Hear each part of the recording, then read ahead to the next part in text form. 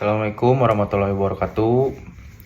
Selamat malam, perkenalkan nama saya Arya Malik Fadilah dengan NPM 251000067. Pada kali ini saya akan menjelaskan sedikit materi mengenai demokrasi Pancasila di mata kuliah kewarganegaraan dengan dosen Pak Subelo. Sebagai pembukaan, izinkan saya menjelaskan sedikit mengenai demokrasi. Demokrasi adalah salah satu unsur fundamental bagi kehidupan bernegara. Indonesia sebagai negara dengan keberagaman suku, agama, budaya membutuhkan bentuk demokrasi yang tidak hanya menekankan kebebasan politik, tetapi juga menjunjung tinggi nilai moral, kebersamaan, dan persatuan.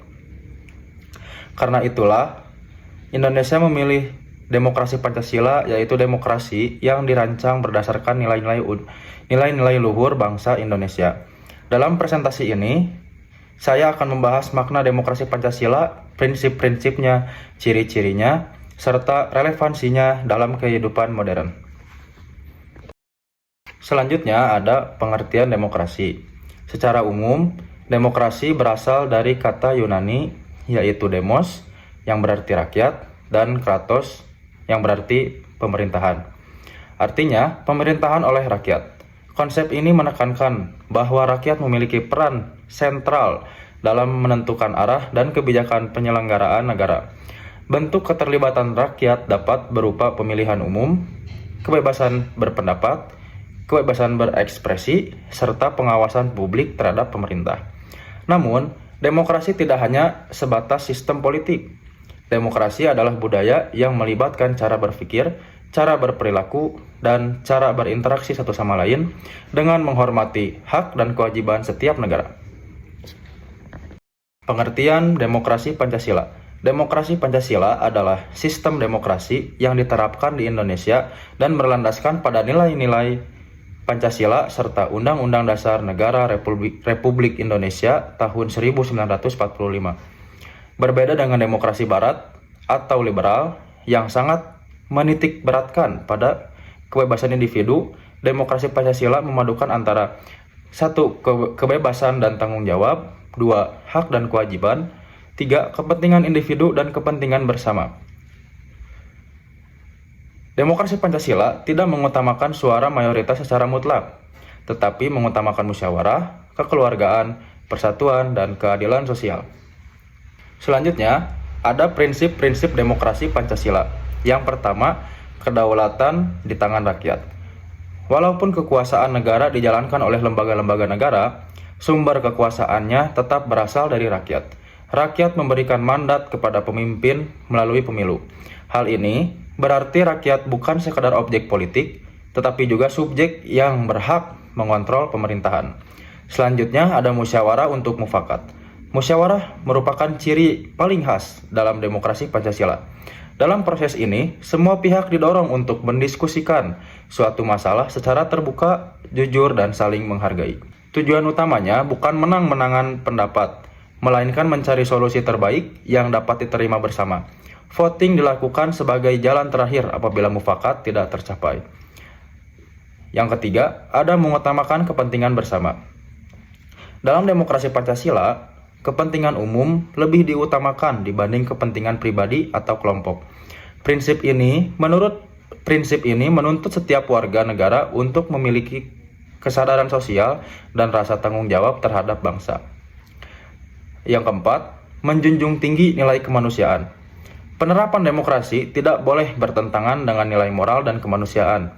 Setiap warga negara harus diperlakukan dengan adil, dihormati haknya, dan dilindungi martabatnya. Diskriminasi, intimidasi, dan kekerasan tidak dibenarkan dalam praktik demokrasi. Yang kelima, ada pemerintahan berdasarkan konstitusi. Konstitusi dalam hal ini Undang-Undang 1945 menjadi pedoman utama agar tidak terjadi penyalahgunaan kekuasaan. Pemerintah tidak boleh bertindak semena-mena, semua kebajikan harus berdasarkan hukum. Ini menjaga stabilitas politik dan menjamin hak warga negara. Selanjutnya ada ciri-ciri demokrasi Pancasila.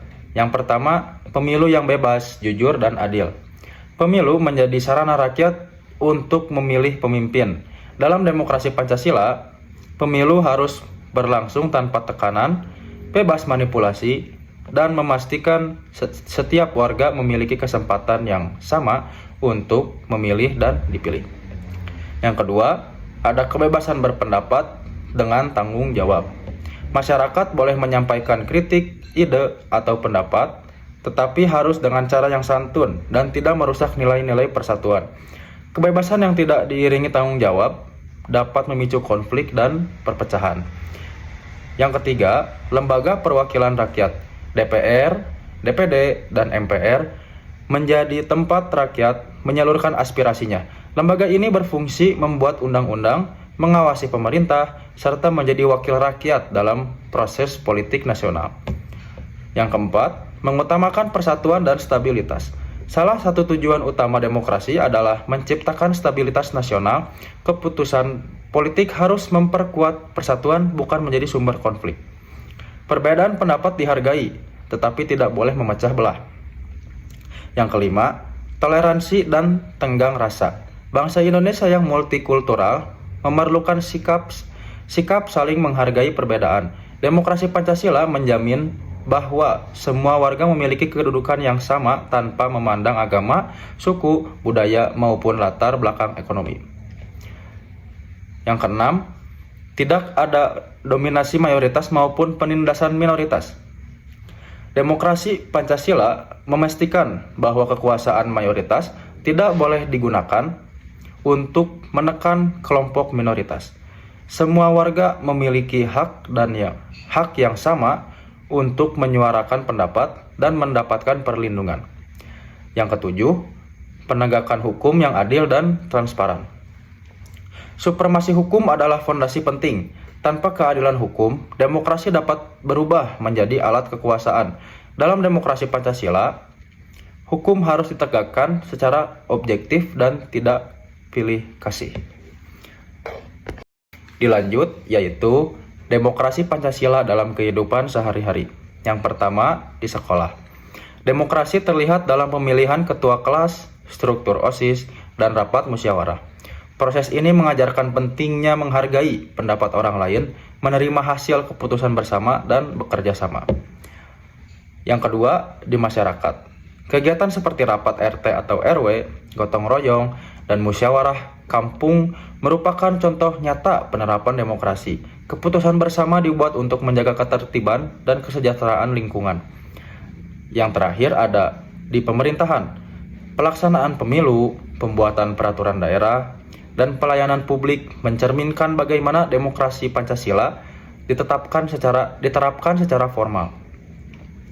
Transparansi dan akuntabilitas menjadi aspek penting agar pemerintah tetap dipercayai rakyat. Adapun perbedaan demokrasi Pancasila dengan demokrasi liberal. Demokrasi Pancasila yaitu mengedepankan musyawarah dan mufakat, menekankan nilai kekeluargaan dan persatuan, mengutamakan kepentingan bersama, memadukan kebebasan dengan tanggung jawab moral, disesuaikan dengan budaya bangsa Indonesia. Berbeda dengan demokrasi liberal, yaitu mengutamakan kebebasan individu secara maksimal. Keputusan biasanya melalui voting yang bersifat kompetitif, lebih menonjolkan persaingan politik daripada kerjasama, dan tidak selalu mempertimbangkan nilai kemasyarakatan atau budaya lokal, serta kepentingan mayoritas lebih dominan. Selanjutnya, ada tantangan penerapan demokrasi Pancasila saat ini. Yang pertama, penyebaran hoaks dan polarisasi politik. Media sosial memungkinkan informasi menyebar sangat cepat, termasuk berita palsu yang dapat memecah belah masyarakat. Polarisasi juga membuat warga sulit menerima perbedaan. Yang kedua, adanya korupsi dan penyalahgunaan kekuasaan. Korupsi melemahkan kepercayaan masyarakat dan bertentangan dengan prinsip keadilan sosial. Penyalahgunaan jabatan dapat menghambat berjalannya demokrasi secara sehat. Yang ketiga, menurunnya budaya musyawarah. Kemajuan teknologi dan gaya hidup individualistik membuat budaya musyawarah semakin jarang dipraktikkan, terutama pada generasi muda. Yang keempat, ketimpangan ekonomi. Ketidakadilan ekonomi menghambat pemerataan kesejahteraan sehingga tidak semua warga memiliki peluang yang sama untuk terlibat dalam kehidupan politik. Yang kelima, rendahnya literasi politik masyarakat. Sebagian masyarakat kurang memahami hak politiknya, sehingga mudah dipengaruhi oleh isu-isu yang menyesatkan atau manipulatif. Selanjutnya, ada upaya penguatan demokrasi Pancasila. Yang pertama, meningkatkan pendidikan karakter.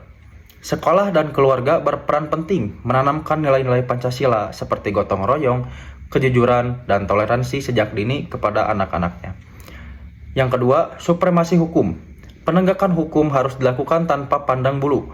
Pemerintah dan aparat hukum harus memperkuat integritas agar mendapat kepercayaan publik. Yang ketiga, transparansi dan akuntabilitas pemerintah. Pemerintah harus membuka akses informasi publik sehingga masyarakat dapat mengawasi kinerja pejabat dan kebijakan pejabat. Keempat, pendidikan politik yang merata.